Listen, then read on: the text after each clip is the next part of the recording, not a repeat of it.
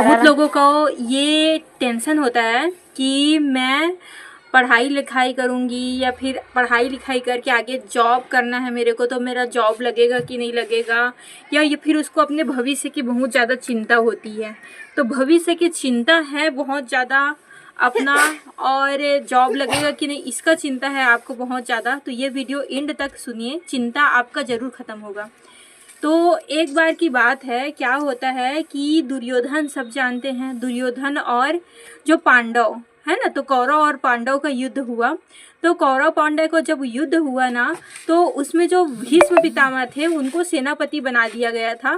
तो जब भीष्म पितामह जो थे सेनापति थे, तो वो क्या करते थे, एक दिन में पूरा पांडवों के 10,000 सैनिकों को मार देते थे। 10,000 सैनिकों को मार देते थे जो भीष्म पितामह थे, लेकिन एक भी पांडव को वो नहीं मारते थे, एक भी पांडव को वो नहीं मारते थे। तो ऐसे में क्या होता था, जो दुर्योधन रहता था वो क्रोधित हो जाता था और जाके भीष्म पितामह के यहाँ तांडव करता था, ठीक है, उनके पास जाके। तो एक दिन बहुत तांडव किया उसने कि भाई आप सबको मार रहे हो, 10-10 हजार सेना खत्म कर दे, लेकिन एक भी पांडव को नहीं मार रहे हो, ये बहुत गलत बात है। ऐसा जो दुर्योधन था तांडव करने लग गया। तब जो रहते हैं भीष्म पितामह वो प्रण लेते हैं कि अगली जब युद्ध होगी तो मैं 5 पांडवों को मार दूंगा, ये मेरा प्रण है, या तो फिर मैं जीवित ना रहूंगा, लड़ सकने की क्षमता ना रखूंगा। ये बात उन्होंने बोला। कौन? जो भीष्म पितामह जी थे वो बोलते हैं ऐसा।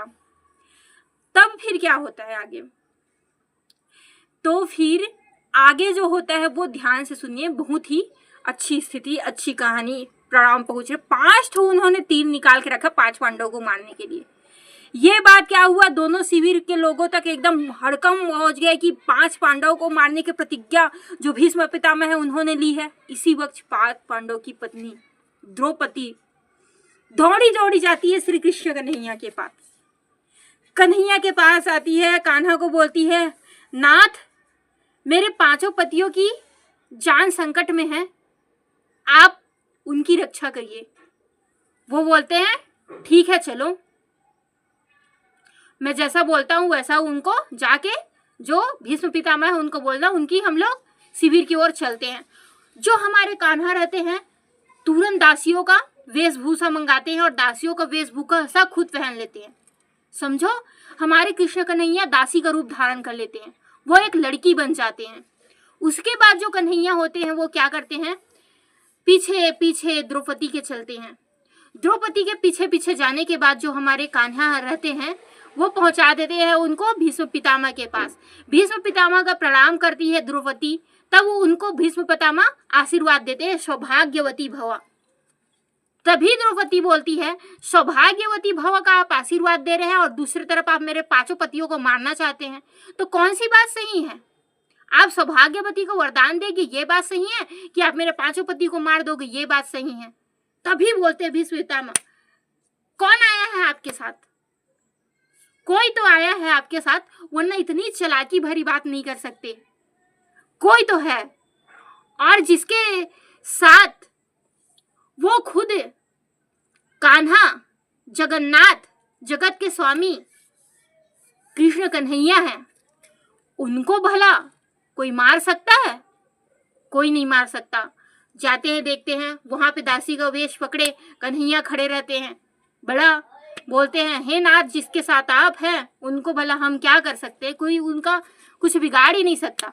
फिर जो कन्हैया रहते हैं दौड़े दौड़े जाते हैं, ठीक है। उसके बाद 5 पांडवों के पास जाते हैं, 5 पांडव आराम से सोते रहते हैं, सबको उठाते हैं, बोलते हैं भाई उठो, कितना सो गया आप लोग, कल आपको प्रण लिया है भीष्म पितामह ने मारने का और आप लोग कितना सो रहे हो? वो बोलते हैं, नाथ हम तो आपके ही सहारे हैं, अब चाहे आप मार दो चाहे आप हमें ताड़ दो, जिसके रक्षा करने वाले स्वयं जगत स्वामी, जगत पिता, जगत परमेश्वर आप है नाथ, तो उनका भला कोई क्या बिगाड़ सकता है? और सही भी है, जिनकी खुद रक्षा भगवान कर रहे हैं, जिनके साथ स्वयं भगवान खड़े हैं, उनको किस चीज की चिंता हो सकती है भला? उन्होंने सही बोला। तो आप भगवान पे भरोसा करिए, ठीक है, अपने कर्म करते रहिए, भगवान आपके जितने भी इच्छा है, ठीक है, उनको सही लगेगा वो सारी इच्छा पूरा करेंगे, बस भगवान पर आप भरोसा रखिए। तो इस प्रकार से मैं उम्मीद करती हूँ कि आपको भविष्य की जो चिंता होगी वो थोड़ा कम हो जाएगी, आप भविष्य की चिंता नहीं करेंगे। साथ ही आपकी नौकरी लगेगी कि नहीं उस चीज़ का भी चिंता न करेंगे, सब प्रारब्ध पर निर्भर है आपका। और इसी के साथ साथ thanks for watching my dear YouTube family member. जय सीताराम जी।